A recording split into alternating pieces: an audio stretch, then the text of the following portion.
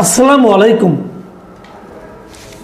প্রিয় দর্শক, এইচএসসি পরীক্ষা নিয়ে গত দুদিনে যা কিছু ঘটল তার মাধ্যমে কিন্তু আমাদের সোসাইটির আসলে মানসিক স্থিতিটা কোথায়, মানে মেন্টাল স্ট্যাটাসটা কোথায় এই সমাজের, সেটা আমার কাছে যেন মনে হয় আমাদের কাছে আরেকবার পরিষ্কার হয়ে গেল।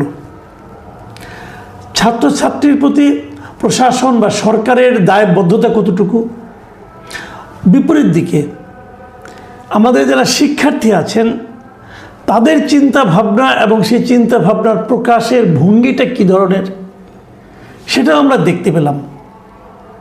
এবং এই দুটো মিলিয়ে আমরা কি খুব আশান্বিত হতে পারলাম আমাদের ভবিষ্যৎ নিয়ে? আমার কিন্তু সন্দেহ আছে। দেখুন, শিক্ষামন্ত্রীর আচরণ কর্মকাণ্ড নিয়ে গতকালকে আমি একটা কন্টেন্ট করেছিলাম। উনি যা কিছু করেছেন, যেভাবে কথা বলেছেন, যে সমস্ত সিদ্ধান্ত নিয়েছেন, এর অনেকগুলোই আমরা মনে করি যে ব্যাপক সমালোচনার মুখে পড়তে পারে। অনেকগুলো নিয়ে আমার কাছে মনে হয়নি যে উনি খুব দায়িত্বশীলতার পরিচয় দিয়েছেন। এটা একদম সঠিক কথা। উনি প্রশ্নপত্র নিয়ে ফিজিক্স পরীক্ষার দুটো প্রশ্নেই ভুল ছিল। সেই ভুল প্রশ্নের জন্য যে অজুহাত দিলেন, যেটা আগে সরকার করে গিয়েছিল, এটা আমার কাছে খুবই হাস্যকর মনে হয়েছে। কারণ একটা পরীক্ষা হবে যে বছর, তার এক বছর আগে কি তার প্রশ্নপত্র হয়? যদি হয়, যদি সেটাই নিয়ম হয়, তাহলে আমি মনে করি সেই নিয়ম পাল্টানোটা খুব জরুরি। আচ্ছা, একটা কথা বলেন, যে পরীক্ষাগুলি স্থগিত হয়ে গেল, এগুলো তো কদিন পর আবার হবে, তো তখন প্রশ্নপত্র আপনি কীভাবে বানাবেন? আপনি তো 7 দিন 10 দিনের মধ্যে প্রশ্নপত্র বানাবেন। এখন যদি আপনি 7 দিন 10 দিনের মধ্যে প্রশ্নপত্র বানাতে পারেন, তাহলে মূল পরীক্ষাটা বানাতে পারেন না কেন? এটাকে কেন 1 বছর আগে আপনাকে বানাতে হয়েছে? এগুলি কিন্তু জরুরি প্রশ্ন। এই প্রশ্নের উত্তর আমাদের এই মন্ত্রী কি করে দিবেন আমি জানি না।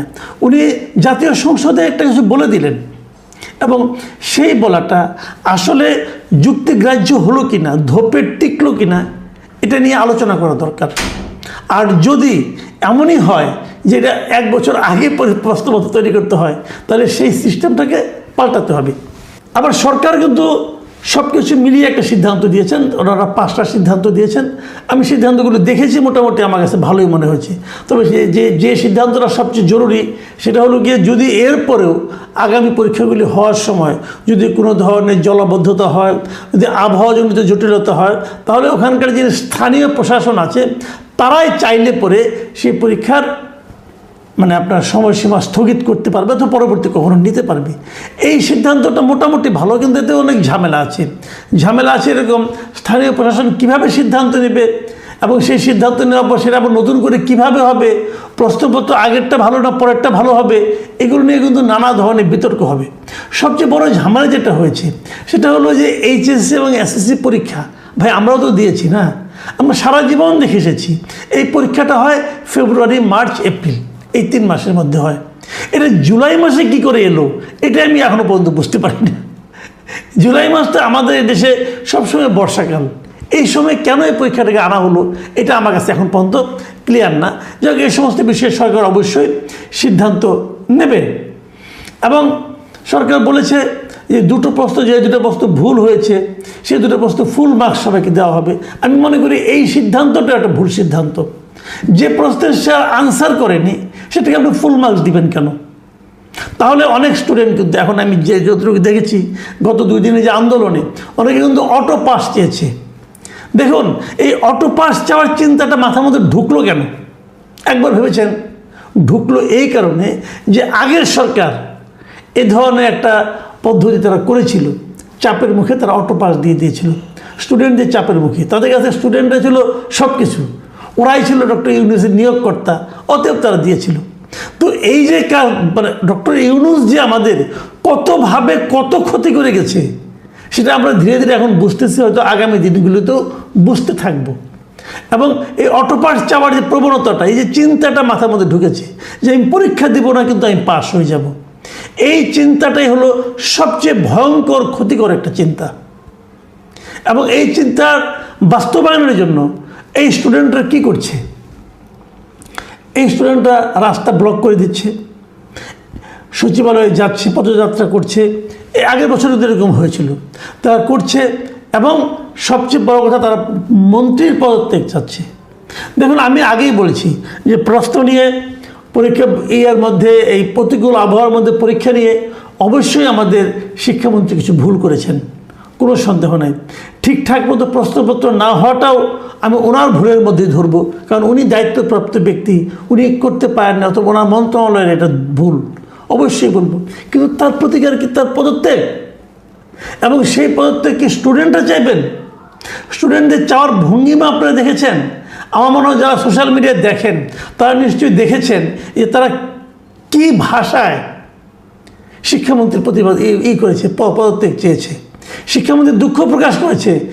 একটা নারী, একটা মেয়ে দেখলাম, বাচ্চা একটা মেয়ে, সে বলতেছে শিক্ষামন্ত্রীর দুঃখ প্রকাশ ধুইয়া কি আমি পানি খাবো?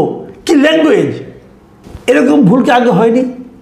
তখনও কি এই ল্যাঙ্গুয়েজ প্রয়োগ করা হতো? একটা মেয়েকে দেখলাম যে মানে সে কি অশ্লীল ভাষায় শিক্ষামন্ত্রীকে গালাগালি করছে, তিনিও পরীক্ষার্থী।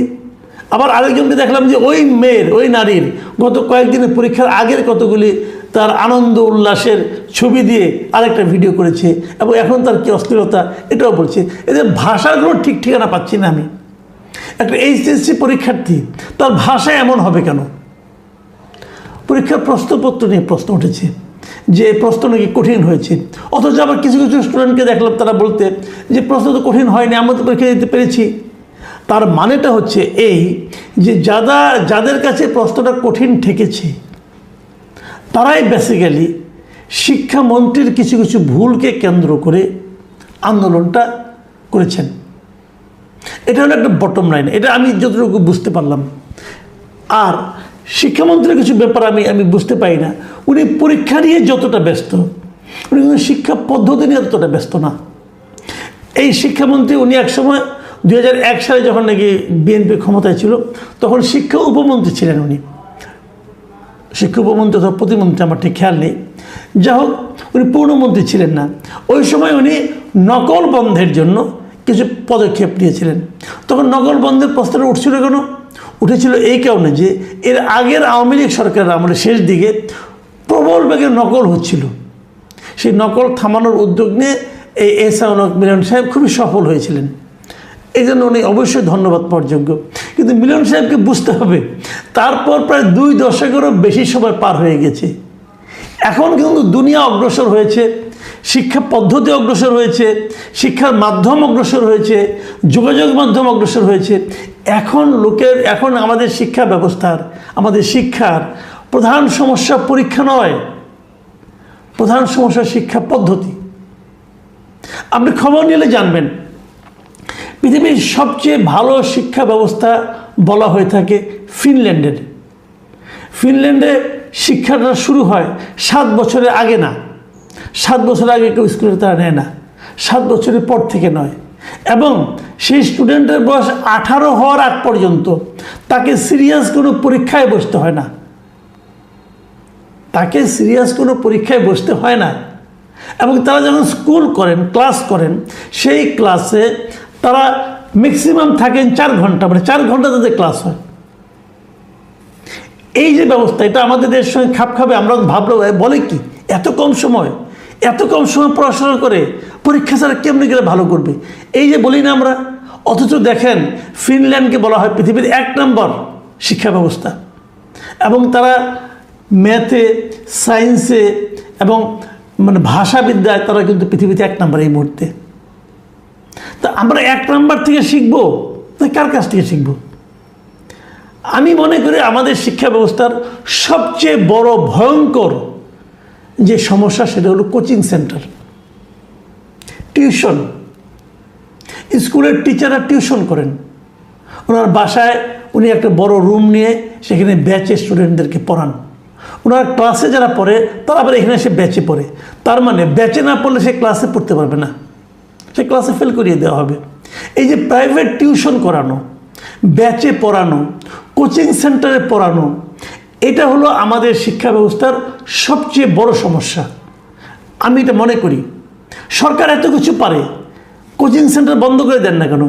যদি কোচিং সেন্টারে ভালো পরীক্ষা হয়, ভালো পড়াশোনা হয়, তাহলে স্কুল বন্ধ করে দেন, কলেজ বন্ধ করে দেন, তাহলে সবাই কোচিংয়ে পড়ুক। এই কোচিং হলো সবচেয়ে বড় বিস্ফোরা। এটাকে যতদিন বন্ধ করতে না পারবেন ততদিন আপনি শিক্ষা ব্যবস্থা করে পরিবর্তন আনতে পারবেন না। পরীক্ষা কমাতে হবে। সারা দুনিয়াতে এখন পরীক্ষা, এহসানুল হক মিলন সাহেব বলেন উনি আমেরিকান স্টাইলে পড়াশোনা করাবেন আমাদের দেশের লোকজনকে। আমেরিকায় কি এভাবে পড়াশোনা হয়? মিলন সাহেব তো একসময় আমেরিকার নাগরিকও ছিলেন। যদ্দূর শুনেছি কেউ কেউ বললো, দেখলাম সোশ্যাল মিডিয়ায়, ওনার ছেলে মেয়েরা নাকি আমেরিকায় থাকেন, ওনার সন্তানরা। তাহলে ওনাদেরকে জিজ্ঞাসা করেন না আমেরিকায় কি আমাদের মতো এরকম মুখস্থ পরীক্ষা হয়?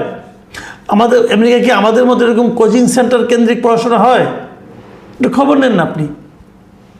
পারলে কোচিং সেন্টার বন্ধ করেন। পারবেন না, আমি আপনাকে চ্যালেঞ্জ দিয়ে বলছি আপনি পারবেন না। কারণ কোচিং সেন্টারের সঙ্গে এত টাকা জড়িত এবং সেই টাকার ভাগ এত এত জায়গায় যায়, আপনি নিজে পান কিনা আমি জানি না, পাওয়ার কথা। এত এত জায়গায় যায় যে কোচিং সেন্টারের সঙ্গে সবার স্বার্থ জড়িত। কোচিং সেন্টারকে বন্ধ করতে পারবেন না। এটা বন্ধ করেন, দেখবেন পরীক্ষা মুখস্থ পদ্ধতি অনেক চলে গেছে। এই যে মুখস্থ নির্ভর পরীক্ষা, এই পরীক্ষা দিয়ে আমাদের শিক্ষা ব্যবস্থা উন্নত আপনি করতে পারবেন না। আর নকল নিয়ে এত টেনশন করার কিছু নাই। হেলিকপ্টার দিয়ে নকল একবার ধরেছিলেন, সেটা অতীত। আপনাকে বর্তমান নিয়ে চিন্তা করতে হবে।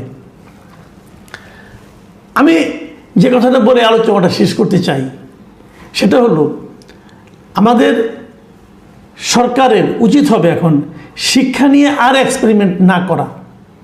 এই দেশটা স্বাধীন হয়েছে আজকে 55 বছর হয়ে গেল। এই 55 বছরে আমাদের কোনো শিক্ষানীতি আমরা পেলাম না। আমাদের শিক্ষা চলে অ্যাডহক ভিত্তিতে। কেমন অ্যাডহক ভিত্তিতে? ধরেন এখন বিএনপি ক্ষমতায় আসছে, এসেই আমাদের স্বাধীনতার ইতিহাস তারা চেঞ্জ করে দিচ্ছে। এখন দেখবেন স্বাধীনতা যুদ্ধে বঙ্গবন্ধুর যে একটা ভূমিকা ছিল এটা কেউ জানবে না, ওটা এখন ঢাকা পড়ে যাবে, চাপা পড়ে যাবে। বঙ্গবন্ধুর চেয়ে গুরুত্বপূর্ণ ব্যক্তি হয়ে যাবে জিয়াউর রহমান। আবার যখন নাকি এই আওয়ামী লীগ এসেছিল 2009 সালে, তারা এসে কী করেছিল? জিয়াউর রহমান নামে যে একজন সেক্টর কমান্ডার ছিল, উনি যে একসময় বঙ্গবন্ধুর স্বাধীনতার ঘোষণাও দিয়েছিলেন প্রথম বেতারে, সেটাও তারা ঢেকে দিয়েছিল। সেই সময় দেখা গিয়েছিল এক বঙ্গবন্ধু ছাড়া আর কেউ নাই, তাজউদ্দিন তারাও সব নাই। তো এই যে মানে আপনার সরকার পরিবর্তনের সঙ্গে সঙ্গে যে শিক্ষার নীতির পরিবর্তন হওয়া, পাঠ্য বইয়ের পরিবর্তন হওয়া, এই পুরো জিনিসটা আমি মনে করি আমাদের